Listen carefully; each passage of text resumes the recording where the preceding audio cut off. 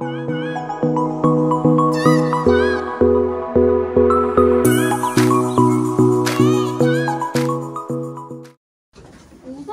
여러분 선생님이랑 알 수 없어요를 봤는데 7쪽에 한용운 작가가 가지고 있는 일반적인 특징을 좀 정리를 하고요. 하고서 여러분 이 작품을 한번 해석을 해볼 거예요. 자, 여러분 우리 윤동주랑 유육사의 시대를 봤잖아요. 한용운도 여러분 똑같이 일제강점기를 다루고 있는 작가여서 아마 어조를 비교한다든지 여러분 자화상, 절정, 알 수 없어요 이렇게 같이 비교해서 문제 낼 수 있을 것 같아요. 그래서 선생님이랑 맨 마지막에도 이거 다 정리 한번 해봅시다. 자, 여러분 우선 1번 한용운의 시의 특징.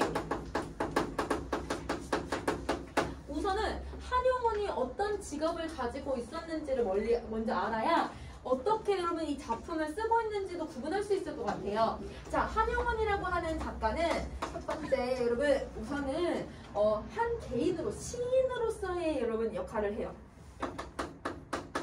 그러면 시인으로서 자기가 느끼는 감정, 자기가 생각하는 어떤 가치관을 시를 통해서 표현할 수 있겠네. 자, 그 다음에 두 번째는 한용운이라고 하는 작가는 스님이죠. 그래서 여러분 승려이기 때문에 이런 불교와 관련된 내용을 많이 적을 거예요. 자, 그 다음에 세 번째는요. 우리 여러분 민족대표 33인에 한용운 들어가잖아요. 여러분 우리 김해독립선언서 한용운이 고쳐서 썼단 말이에요. 그러면 여러분 한용운은 독립운동가네요. 자, 그래서 여러분 이 한용운이 얘들아 이런 직업을 가지고 있었기 때문에 우리도 작품을 다양하게 봐야 되지 않을까. 자, 그러면 여러분 잡으세요. 시는 절대적 관점으로만 해석을 할 거예요. 절대적 관점이라는 건 시란 무엇인가? 시의 내용이고 시의 형식 이런 거에 초점을 둬서 해석할 때는 이것만 볼 거고, 근데 얘들아 승려는 이 사람의 직업이기 때문에 이 사람의 얘들아 표현론적 관점, 이런 표현론적 관점은 작가가 감상하는 거 요거에 초점을 둘 거고, 독립운동가 같은 경우는 일제강점기라고 하는 시대를 반영해야 되잖아요. 반영론적 관점으로 해석을 할 거야. 그래서 여러분 얘는 절대론적 관점. 여기 절대론적 관점이 뭐였지더라? 작품만 감상하는 방법. 자, 여러분 승려는 이 사람 직업이니까 표현론적 관점. 표현론적 관점. 그래서 여러분 작가의 삶, 작가의 가치관 이걸로 감상하는 거. 독립운동가는 일제강점기를 반영시키니까 반영론적 관점으로 해석을 할 수 있어야 될 것 같아요.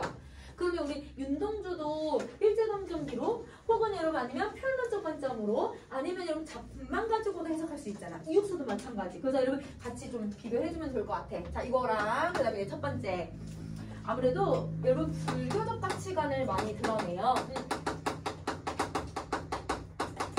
불교적 가치관을 드러낸다. 불교적 가치관은 여러 가지가 있는데 우선은 이 작품에서는 윤회사상에 대한 이야기를 할 거예요. 그래서 선생님이 불교적 가치관 뭐 윤회사상도 있고 얘들아 거자필반도 있고 얘들아 아니면 뭐 이렇게 종류별이 있는데 여기서는 윤회사상에 대해서 정리를 해보자. 여러분 윤회사상이라는 게 뭐예요? 회를 거듭해서 윤 계속 되살아나는 것. 그러면 여러분 우리가 죽으면 여러분 다시 언젠가는 내 생이라는 건 미래의 생에서 다시 태어날 거라고 생각하는 걸 윤회사상이라고 생각을 하는 거죠. 그러면 만약에 우리가 좀 착한 사람으로 열심히 살았다? 그러면 여러분 우리가 내 생에서는 다음 생에서는 사람으로 태어나는 거고, 우리가 잘못을 너무 많이 저질렀다 그러면 개, 돼지, 근데 얘가 인간 쓰레기처럼 살았다 그러면 팔이나 모기처럼 태어난대. 이게 불교의 생각이거든. 그러면 여러분 윤회사상이라고 하는 거는 여러분 생이 거듭되는 것, 쉽게 말하면 죽음과 삶이라고 하는 게 뭘 하는 거예요? 순환되는 거. 그래서 여러분 이거에 순환되는 거 이렇게 생각을 해주면 되겠지. 자, 그러면 윤회사상만 드러나는 게 아니라 여러분 이건 이제 절대자에 대한 이야기를 하겠죠. 부처에 대한 이야기. 그래서 여러분 절대자에 대한 이야기도 할 거고요. 여러분 기도를 계속 올릴 거예요. 기도를 올리는 이런 태도를 구도적 자세라고 얘기를 해요. 그래서 여러분 기도를 올리는 태도를 우리는 구도적 태도라고 하거든. 그러면 시에서도 구도적 태도를 나타내야 된다. 자, 구원을 기도 올리는 거. 구도적 자세야. 자, 그러면 이제 두 번째. 여러분 이제 한용운 시는 자, 여기 보자. 윤동주의 시는 부끄러움의 미학이라고 하거든. 왜냐면 부끄러움이라고 하는 정서가 모든 시에 거의 대부분 들어가서. 근데 한용운의 시는요. 님의 얘들아 이야기를 하는 시라고 얘기를 해. 님에 대한 이야기가 모든 작품에 다 들어가 있어.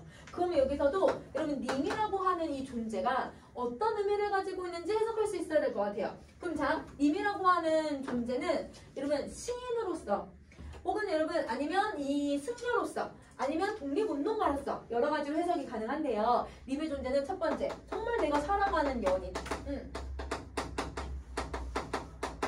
사랑하는 연인.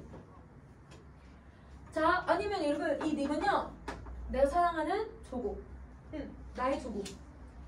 자, 그 다음에 이 님은요. 내가 사랑하는 부처. 절대자. 이렇게 되겠죠. 그러면 여기서 여러분 사랑이라고 하는 감정은 여러분 우리 사랑하는 연인에게 사랑이라고 하는 감정은 그냥 말 그대로 사랑이잖아. 내 진심을 다하는 사랑. 근데 조국에게 내가 사랑을 보여준다라고 하는 건 조국에게 내가 바쳐야 되는 여러분 독립이에요.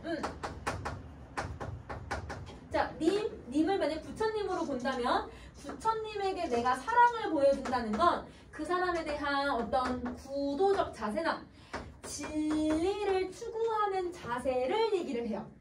얘들아 우리 돌을 닦는다는 건 여러분 내가 막 얘들아 그 어떤 정도든 얘들아 뭘 하냐면 나를 얘들아 뭐 조금 이제 수양을 하거나 이런 걸 해야 되잖아. 그런 것들을 진리를 깨우친다 이렇게 설명을 해. 그래서 이렇게 정리할 수 있을 것 같아. 자, 그러면 요런 자세를 이 작품에서 어떻게 드러내고 있는지 쭉 정리 한번 해볼 건데요. 자, 여러분 여기서는 펜이 두 가지 색깔이 있었으면 좋겠어요, 얘들아. 두 가지 색이 혹시 있을까? 여러분 그래서 두 가지 색으로 선생님이 고조관형, 원관형 구분해서 좀 표시를 할 거라서요. 펜이 두 개가 있었으면 좋겠고요.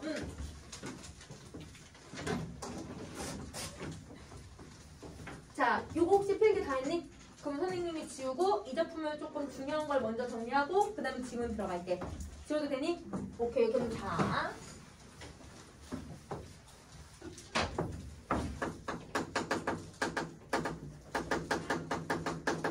이 작품은 표현법을 되게 많이 써요. 선생님이랑 표현법을 9개를 찾을 건데요. 우선은 여러분 선생님이랑 표현법 쭉 다 쓰고 지문을 하나씩 다 찾아보자. 자, 우선은 첫 번째 표현법.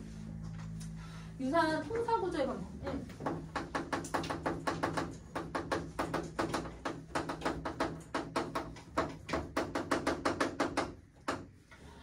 유사한 통사구조의 반복이라는 건 문장 구조가 거의 비슷하게 계속 들어가요. 계속 여러분 여기서 뭐뭐는 누구의 뭐뭐입니까? 누구는 뭐뭐의 뭐뭐입니까? 계속 이런 게 계속 반복이 돼요. 그래서 여러분 요거가 들어가고요. 자, 그 다음에 두 번째 반복이기는 한데 뭐를 반복시키냐면 의문형 어미를 이제 이걸 반복시켜. 의문형 어미를 반복시킨다. 근데 이제 의문형 어미라는 건 종견어미라는 말이랑 종견어미 중에 의문형 어미가 있는 거야. 그래서 여러분 여기는 얘는 종견어미라고 얘가 어디에 포함되는 거냐면 종견어미에 포함되는 말이에요. 그 종견어미를 반복하여라. 아니면 의문형 어미를 반복하여. 이거 다 똑같은 말. 자, 그 다음에 세 번째 여러분 은유법이 쓰이고요. 자, 네 번째 역설법이 쓰이고요. 그러면 여러분 은유 역설은 절정에서도 이게 쓰였니? 맞니? 겨울은 강철로 된 무지개.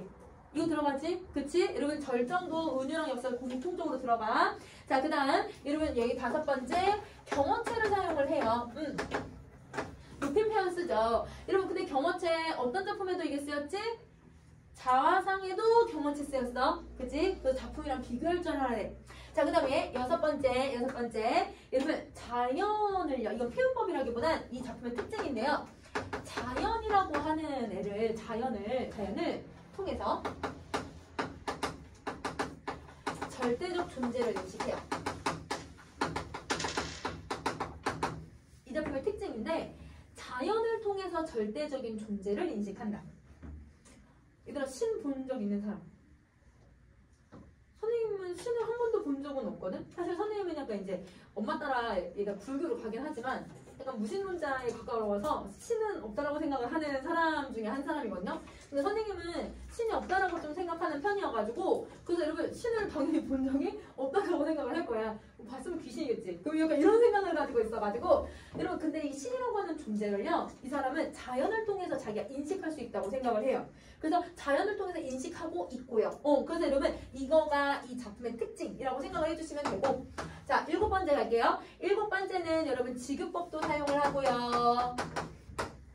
8번째 여러분 문장의 구조가 비슷한 자 여러분 통사구조 말고도 여러분 약간 대구법도 사용을 하고요. 자 그 다음 마지막 9번째 반대말도 들어가요. 대구법. 그래서 표현법이 좀 많죠. 그래서 여러분 이 표현법들 쭉 이제 정리 한번 해볼 건데 자 이제 지문 읽으면서 우리 하나씩 이제 한번 찾아보자. 자 지문을 가볼게요. 선생님 아까 펜 2개 가지고 있으라고 했어. 그치? 자 그러면 선생님은 요거 계속 왔다 갔다 하면서 이거 하기가 애매하니까 색깔 바꾸기 어려우니까 요 색하고요. 요 색으로 선생님은 2개를 구분을 할게요. 자 그러면 한번 봅시다. 자 여러분 여기는 비유법이 많이 쓰일 거라서 선생님이 이렇게 표시하는 애들은 보조, 관념 이라고 생각하시면 되고 선생님이 이렇게 밑줄을 긋는 애들은 여러분 이거는 원관념 이라고 생각을 해주면 돼. 해볼 수 있으니까 선생님이 이렇게 선생님 밑줄을 많이 그으니까 선생님이 이렇게 해서 할 테니까 여러분은 색깔로 표시하세요. 자 이렇게 구분해봅시다. 바람도 없는 공중에 수직의 파문을 내이며 고요히 떨어지는 오동잎은 누구의 발자취입니까? 근데 얘들아 이게 어떤 상황인지를 봐야 돼? 바람도 없는 공중이거든? 근데 공중에 바람도 하나도 없어. 그럼 얘들아 바람이 불지 않으니까 그러면 여러분 수직의 파문을 일으키는 오동잎이 떨어질 수가 없어요. 근데 얘들아 봐봐. 바람이 없는데 이파리가 어떻게 떨어져? 뭔가 바람이 불거나 어떤 여러분 자연적인 현상이 일어나야만 여러분 이 이파리가 떨어지는데 그게 없어. 근데 바람이 없는데도 이파리가 떨어질 수 있게 하는 건 절대적인 힘을 가지고 있는 신이 할 수 있는 영역이라고 생각을 해. 그러면 여러분 바람도 없는 이 공중에 수직의 파문을 만들어낼 수 있는 건 누구가 하는 말이냐면 이거는 여러분 절대적인 존재가 하는 말이죠. 그래서 여러분 얘는 초월적인 힘이에요. 여러분 선생님 원관념은 네모 표시하고 보조관념 노란색으로 네모 표시할 거야. 그치? 그냥 밑줄만 걷어. 자 여러분 얘는 초월적인 힘이 공기랑 바람도 없는데 오동잎이 떨어질 수 있게 하는 게 바로 여러분 초월적인 힘이 되는 거야. 그래서 여러분 바람도 없는데 바람이 없는데 여러분 이렇게 얘들아 오동잎을 떨어뜨리는 행위를 할 수 있는 건 신밖에 없다.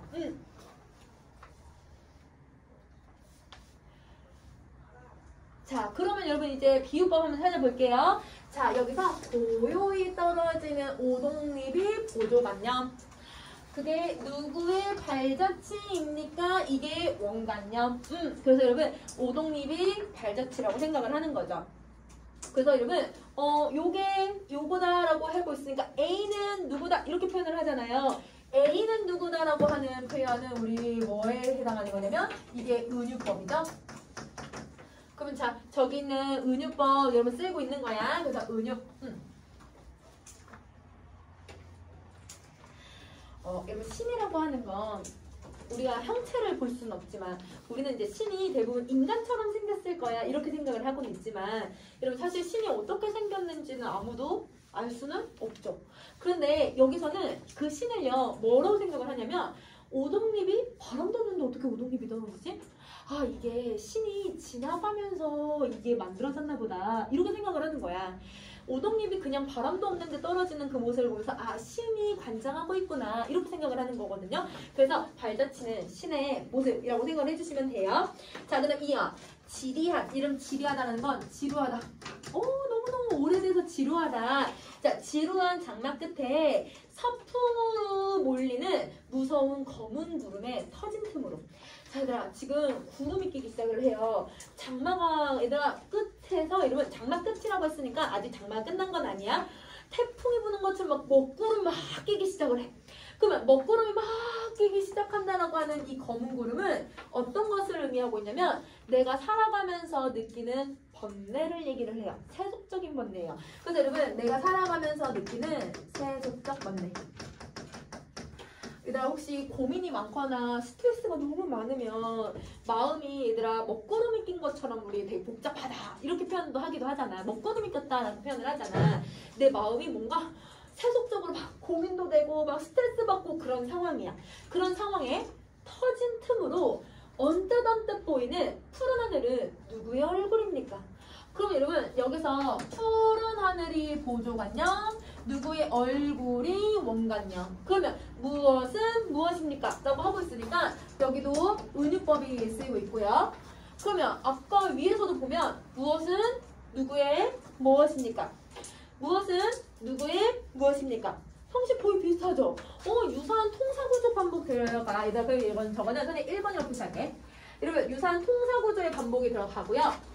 입니까? 여러분 계속 종결함이 의문형으로 만들죠? 그러니까 의문형으로 만들어내고 있으니까 여러분 2번 반복법 종결함이 반복해주고 있고 낮춤말이에요? 높임 표현이에요?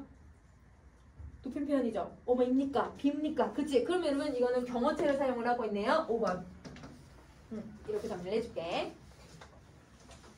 자, 그럼 조금만 더 정리 한번 해보자. 검은 구름은 세속적인 번뇌를 얘기를 하고요. 거기서 여러분 터진 틈으로 얼핏 보여요. 이 언뜻이라고 하는 건 얘들아 절대자의 존재가 다 보이는 건 아니고 얼핏 보이는 거야. 그러면 이게 절대자의 존재를 얘기하고요. 그 절대자의 존재가 얼핏 보인다는 건 항상 보이는 게 아니라 순간적으로만 느끼는 거야. 우리 여러분 신이 약간 그런 거 있잖아요. 이거 기적적인 일이라고 할 때 있잖아요. 뭔가 기적적인 거는 항상 기적이 일어나요? 기적은 항상 일어나는 게 아니에요. 진짜 얘들아 의도치 않게 우연하게 그렇게 기적이 일어나잖아. 그러니까 그때만 순간적으로 절대자의 힘을 느끼고 있다. 이렇게 얘기를 하고 있는 거야. 자, 그러면 이 푸른 하늘은 여러분 세속적인 번뇌가 아니라 번뇌에서 초월한 상태인 거지. 그래서 여러분 얘는 번뇌에서 초월한 그 얼굴이니까 대부분 절대자를 가리키는 말이겠네. 그럼 자, 푸른 하늘은 번뇌에서 초월했어요. 자, 근데 여러분 검은 구름은 번뇌에서 벗어나지 못해요. 그러면 여기서 푸른 하늘하고 검은 하늘은 어떤 표현이 돼야 돼? 반대말이 돼야 되는 거지. 여기서 대조법이 있어요. 대조법 여러분 우리 몇 번이야? 여러분 9번. 요게 대조법이다. 번뇌에서 초월한. 번뇌에서 초월한. 이런 푸른 하늘이 번뇌에서 벗어나는 그런 맑은 모습을 얘기하는 거야.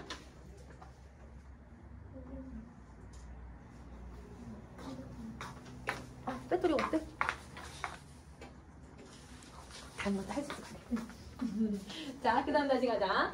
자, 3번 갈게요. 꽃도 없는 깊은 나무에 푸른 이끼를 거쳐서 이 탑의 고요한 하늘을 스치는 알 수 없는 향기는 누구의 입김입니까? 그럼 여러분 여기서는요 내가 어디로 가냐면 아무도 없는 꽃도 없는 그런 깊은 나무에 여기를 거쳐서 하늘을 이렇게 보는데 그 하늘에서 갑자기 하늘을 탁 얘들아 향기가 나. 근데 그 향기는 알 수가 없어. 그럼 여러분 절대자라고 하는 존재도 어디 있는지 알 수가 없어. 그럼 여러분 알 수 없다는 게 절대자의 속성인 거지. 그러면 여러분 여기서 보조관념 나오네요. 향기가 보조관념이고 절대자의 속성을 얘기하고 있으니까 그럼 여기서 입김이 원관념이라고 생각을 해주면 되겠다. 그러면 여러분 이 3년은 의미가 그지 없어. 내가 얘들아 그냥 어디에 있든 알 수 없는 향기가 느껴진다는 건 절대자의 존재는 내가 쉽게 느낄 수는 없지만 얼핏 이렇게 있는 절대적의 존재들을 내가 느끼고 있다. 이렇게 생각해주면 될 것 같아. 여기까지가 3행까지의 내용이에요. 정리 다 하셨으면 4행을 갑시다. 자, 4행. 근원은 알지도 못할 곳에서 나서 돌보리를 울리고 가늘게 흐르는 하는 작은 시내는 구비구비 누구의 노래입니까? 자, 그럼 여러분 근원을 알 수도 없는 곳이라고 했잖아요. 이 곳이 어디냐면요. 여러분 영원한 곳이야. 근원을 알 수 없다는 건 영원한 거. 영원. 무한한 곳. 내가 근원을 알 수 없다는 건 얘들아 계속 가도 근원을 찾을 수가 없으니까 무한한 곳. 그 다음에 여러분 신비한 자연. 그곳이 여러분 불교에서 말하는 여러분 극락세계. 쉽게 말하면 불도의 세계를 얘기를 해요. 그러면 이게 여러분 불도의 세계야. 그러면 이런 불도의 세계에서 태어나서 돌뿌리를 울리고 흐르는 시내. 그럼 얘들아 불도의 세계에서 나서라는 게 태어나서라는 뜻이니까 불도의 세계에서 태어나서 뭔가 흐르는 작은 시내는 누구입니까? 이렇게 했으니까 절대자가 저기 있다라고 하는 걸 생각을 해주시면 돼요. 그럼 여러분 이게 절대자가 있는 공간.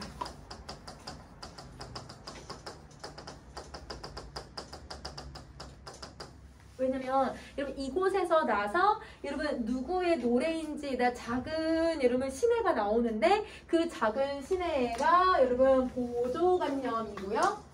그 작은 시내는 누구의 노래인지 절대자를 가리키고 있으니까 작은 시내는 저곳에서 났네. 그러면 적은 시내는 절대자를 비유해주는 표현이니까 절대자는 저곳에서 났네, 태어났네 이렇게 생각하는 거지. 그래서 절대자가 있는 공간이다 라고 생각을 해주시면 돼요. 자 여러분 우리 그 돌부리가 이거잖아요. 땅에서 여러분 여기 조금 돌이 이렇게 삐죽 나와 있는 부분을 우리를 이제 돌부리라고 하는데 그 돌부리를 치면서 아주 흐르는 조그마한 시냇물을 얘기를 해. 그러니까 아주 작은 시냇물이야. 그러면 여러분 이 절대자는요. 자연 어디에 다 존재하는데 아주 조그마한 곳에도 절대자가 있을 수 있다. 이렇게 얘기를 하고 있는 거야. 자, 그 다음에 5번. 연꽃 같은 발꿈치로 얘들아 뭐뭐 같은 지규법 쓰이죠. 그래서 여러분 여기다 지규라고 쓸게요. 그럼 여러분 이 연꽃 같은 발꿈치로 가히 없는, 가히가 끝없는 뜻이야. 끝없다. 끝없는 바다를 밟고 바다를 밟을 수 있는 사람 없지. 이거 물리를 건널 수가 없잖아. 근데 이걸 밟을 수 있다는 건 절대적인 힘을 가지고 있다는 뜻인 거네. 옷 같은 손으로 끝없는 하늘을 만진대. 이들 하늘을 만질 수 있는 사람 없잖아요. 그럼 하늘을 만진다는 것도 신이니까 만질 수 있다고 생각을 하는 거네.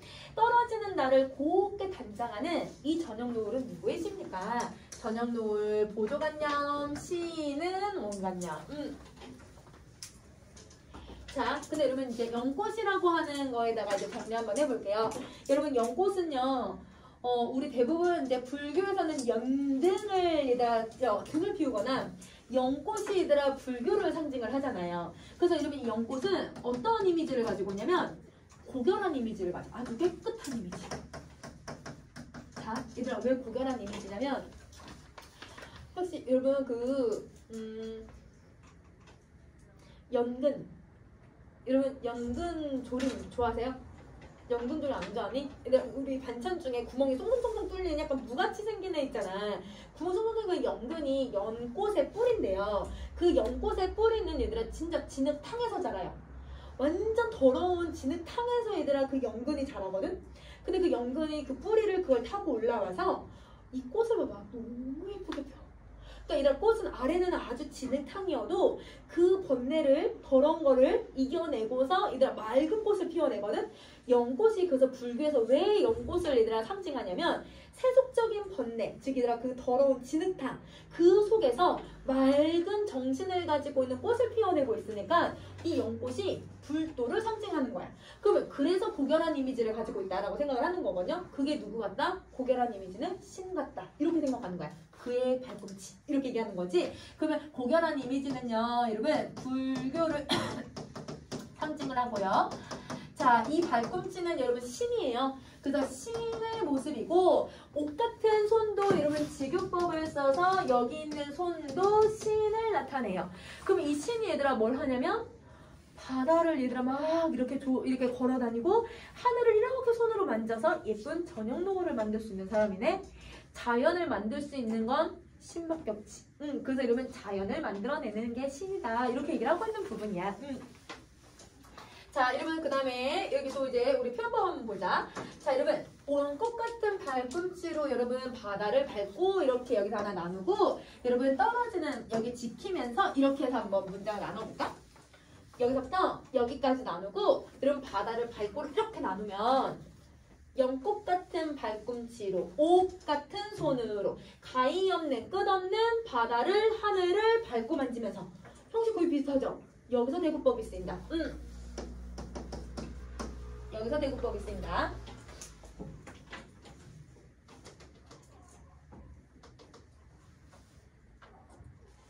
자, 그 다음 다시 할게요. 6번. 타고난 문제가 다시 기름이 됩니다. 그럼 여러분 요거는요. 이 작품에서 너무 중요한 여러분 화자의 태도를 드러내주고 있는 부분이라서 요거는 밑줄을 그으시고요. 자, 이제 상식적으로 생각해보자. 그러니까 제가 다시 기름이 될 수 있어? 잿더미는 얘들아 다시 기름이 될 수는 없어. 말이 안 되는 상황이 들어가는 거지. 여기랑 여기가 말이 안 돼요. 그 말이 안 되니까 여기에 무슨 표현법이 들어가냐면 역설법이 쓰네요. 역설법.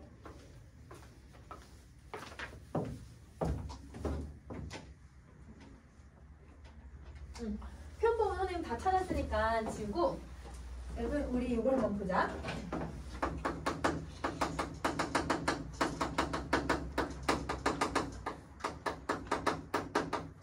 여러분 제가요 다시 기름이 된대요. 근데 기름은 다시 불태우면 뭐가 돼요? 재가 되죠. 그래서 뭘 해요? 순환을 하네요. 맞아요? 그럼 여러분 여기서 이렇게 순환이 되고 있는데 우리 아까 선생님이 불교의 가치관을 정리하면서 어떤 걸 얘기했었냐면 윤회사상에 대해서 얘기를 했잖아.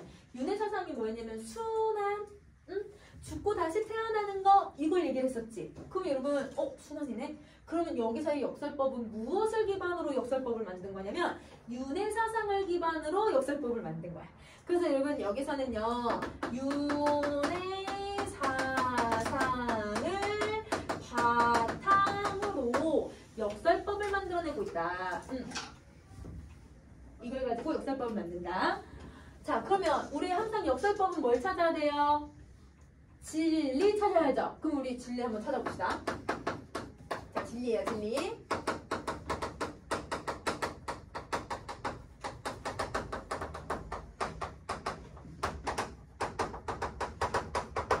자, 타고난 문제라는 건 사실 이제 잿더미에 불과하니까 없어지는 거야. 그지? 다 타서 이제 쓸모도 없는 거야. 그래서 여러분 얘는 다 없어진 거니까 부정적인 거고 그 다음에 다 사라진 거기 때문에 소멸의 이미지를 가지고 있는 애예요. 근데 여러분 기름은요 다시 내가 따뜻해지고 뭔가 세상을 볼 수 있게 불을 피울 수 있게 뭔가 도와줄 수 있는 애잖아요. 그러니까 이 기름이라고 하는 건 긍정적인 존재를 얘기하고 다시 불을 피울 수 있다는 건 다시 불을 생성시킬 수 있다는 뜻인 거네. 생성의 이미지를 가지고 있죠. 생성의 이미지를 가지고 있어요. 자, 그러면 지금 얘가 됩니다 라고 표현하는 건 부정적인 거에서 긍정으로 가려고 해. 이러면 소멸해서 생성으로 가려고 하는 거야. 그러면 뭔가 더 좋아지려고 바뀌려고 하는 거죠. 이거를 나아가려는 의지라고 표현을 해요. 그래서 여기서 나아가려는 의지를 드러내주고 있다. 이렇게 정리할 수 있을 것 같아요. 여기에 여러분 그러면 죽었던 게 다시 태어나는 거니까 이게 윤회사상이잖아. 그러면 여러분 죽어서 다시 태어나는 거 윤회사상이 들어가고요. 윤회사상을 윤회설이라고도 해요, 여러분. 자, 그리고 나는 내가 지금 이렇게 다 타더라도 나중에 다시 기름이 돼서 내가 또 다시 나를 태울 거야. 이런 말이랑 똑같거든? 나를 계속 태우겠다라는 건 나를 계속 희생시키겠다. 이런 의미이기도 해요. 그래서 여러분 끝없는 희생, 헌신, 끝없는 희생과 끝없는 헌신, 끝없는 여러분 내 이 나아가려는 의지. 얘들아 왜 나아가는 의지가 끝이 없어? 다시 얘들아 계속 이게 순환이 될 거잖아. 그치? 그러니까 의지도 끝이 없는 거야. 그리고 이걸 만약에 이제 불교로 본다면 계속 기도 올리고 계속 이 진리를 탐구하려고 하는 거거든요. 그러면 여러분 구독 자, 끝없는 희생과 끝없는 헌신과 끝없는 의지와 끝없는 여러분 구도를 다짐하는 표현이다. 그러면 여러분 선생님이 다짐하는 태도가 의지라고 했으니까 의지 이렇게 정리해주면 되는 거야.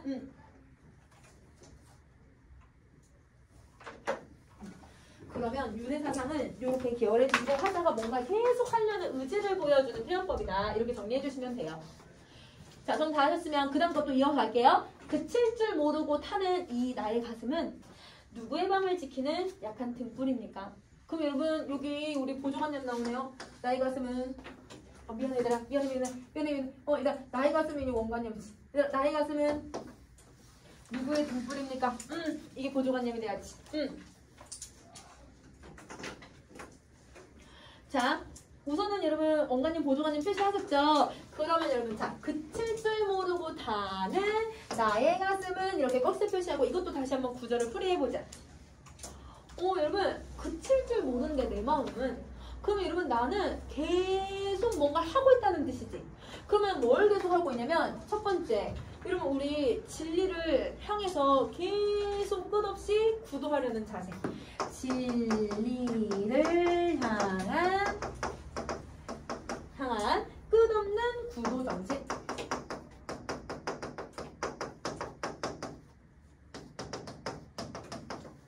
진리를 향한 끝없는 구도 정신을 드러내고 혹은 여러분 어떤 절대적인 이 존재에 대해서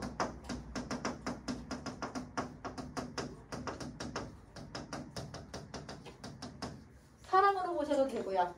절대적인 존재에 대한 사랑. 자, 그리고 누구의 밤을 지킨대요. 근데 이 밤이라는 건 여러분 어둡잖아요. 근데 이 어둠이 등불이 얘들아 등을 이렇게 겨우겨우 불을 피우는데 여러분 등불 하나로 얘들아 이 밤이 없어질 수 있을까?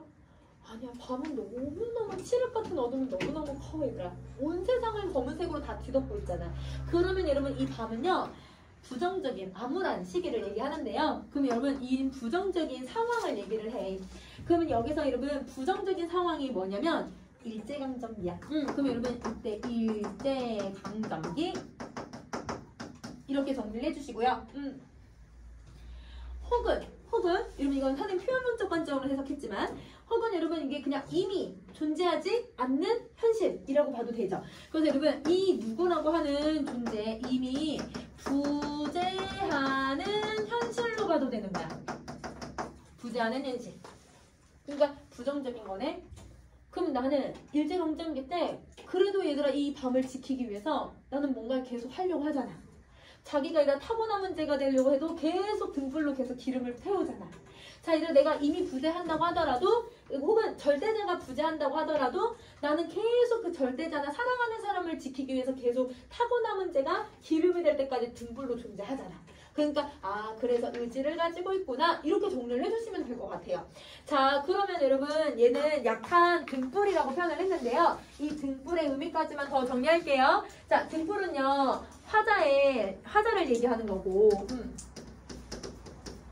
이 화자는 어떤 태도를 가지고 있냐면 그럼 당연히 의지적 태도를 가지고 있고요. 희생 정신을 가지고 있고요. 그 다음에 내가 어떻게든 지키고 싶은 나의 열망이 들어간다.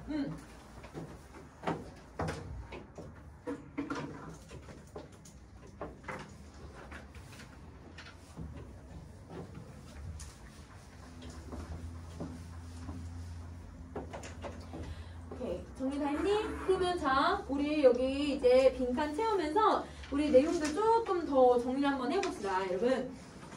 자, 우선은 여러분 시상전개 방식부터 한번 가볼게요. 7쪽 2번 시상전개 방식. 자, 여러분 우선 뭘 하냐면요. 계속 의문형 진술에 반복을 사용을 해요. 뭔가 이런 계속 반복되는 구조를 사용하고 있는 거지. 이것도 시상전개 방식이야. 자, 근데 여러분 지금 님의 이 누구의 절대자의 모습을 어떻게 설명했냐면 절대자 1년부터 5행 몇 년이지? 1행부터 5행까지 이런 식으로 나열해놨거든? 근데 여러분 우리 이거 건전지 어떻게 여러분 건전지를 끼운 모습이랑 비슷해요? 건전지 옆으로 이렇게 나열하면 직렬이고 이렇게 얘들아 위아래로 하면 이렇게 연결하면 이건 병렬이잖아. 병렬적 구성이야. 그래서 얘는 병렬적 구성이 된다. 병렬적 구조, 병렬적 구성이야. 자, 그래서 여러분 이런 구조를 가지고서 여러분 절대적 존재에 대해 어떤 면, 와 대단하다. 너무 대단하다. 와 근데 이 신이라고 하는 존재는 내가 범접할 수가 없네. 신이라고 하는 존재는 너무 두렵다. 이러면 신이 두려웠고 신에 대한 놀람을 느끼는 걸 경외.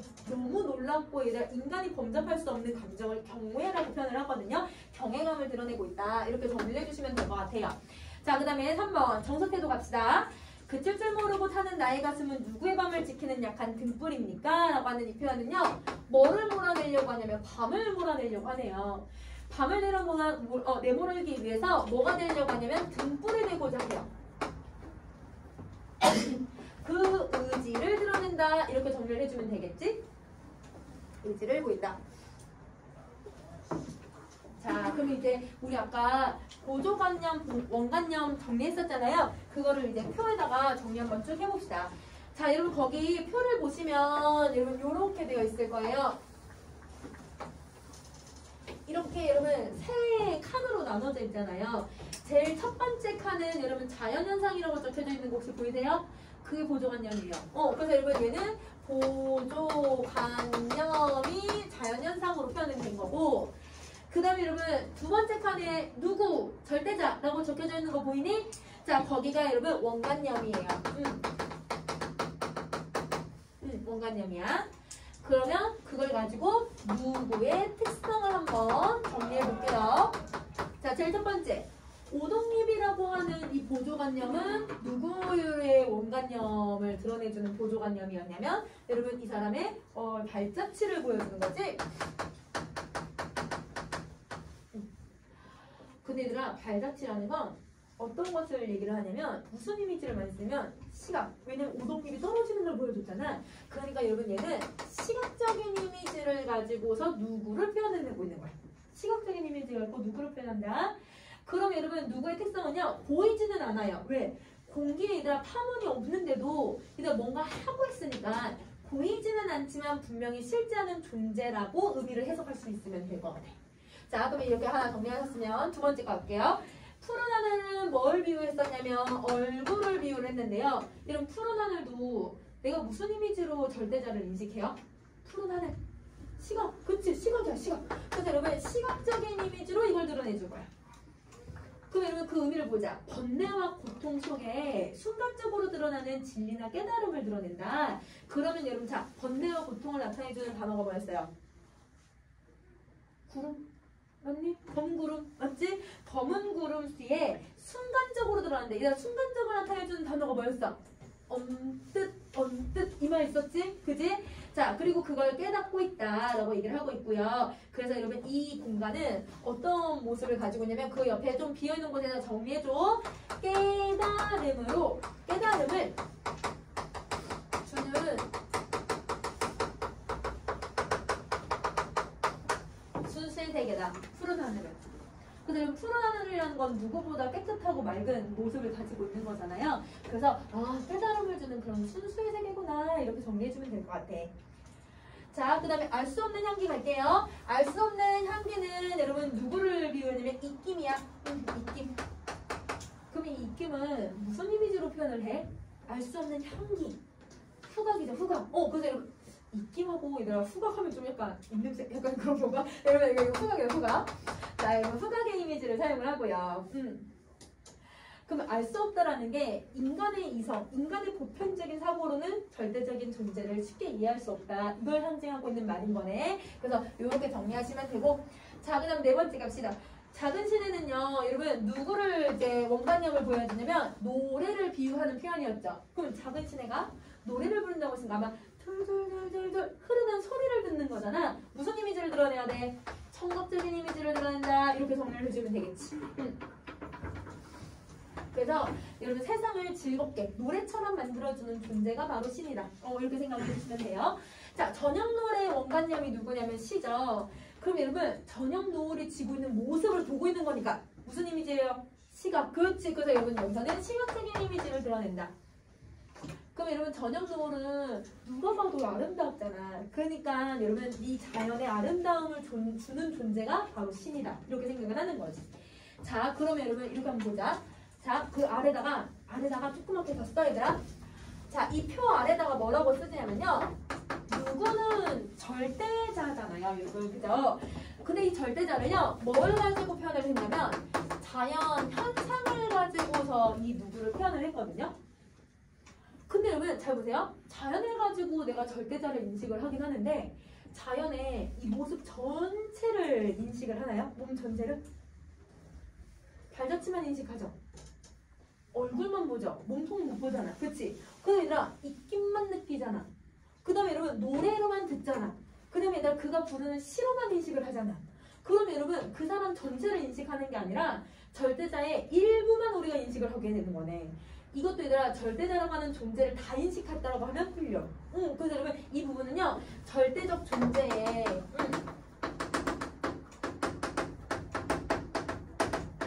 일부만 필요하자가 느끼고 있다. 이렇게 정리를 해야 돼.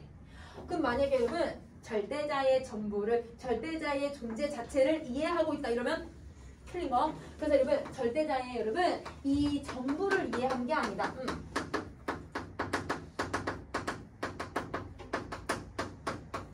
이렇게 정리를 해주셔야 될 것 같아요. 절대적인 존재를 완전히 이해한 것은 아니다.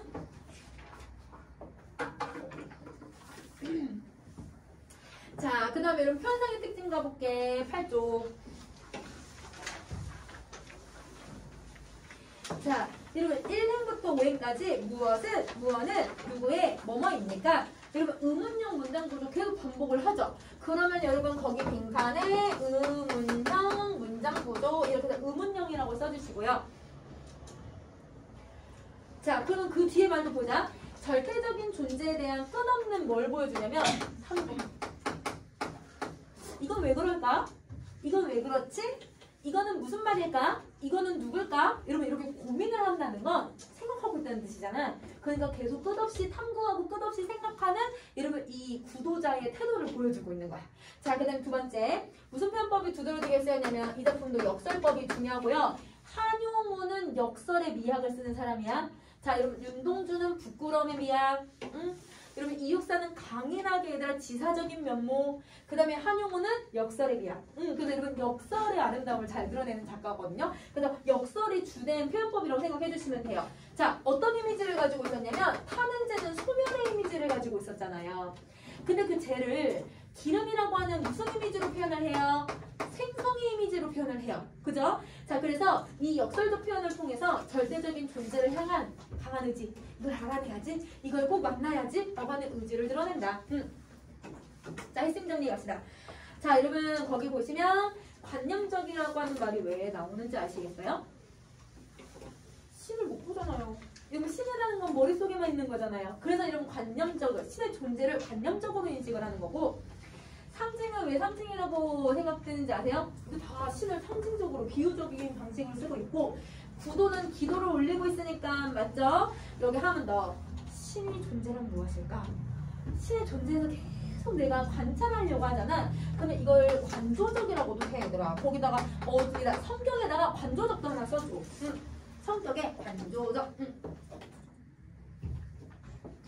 자, 주제 갑시다. 절대적인 존재에 대한 동경. 왜? 나 그 사람 계속 만나고 싶거든. 동경, 그리고 의지적인 태도, 진리를 추구하고자 하는 구도 정신, 플러스 무슨 정신? 희생 정신. 얘들아 저기 주제에다 하나 더 써줘야 돼. 희생 정신. 잘 쓰셨어요?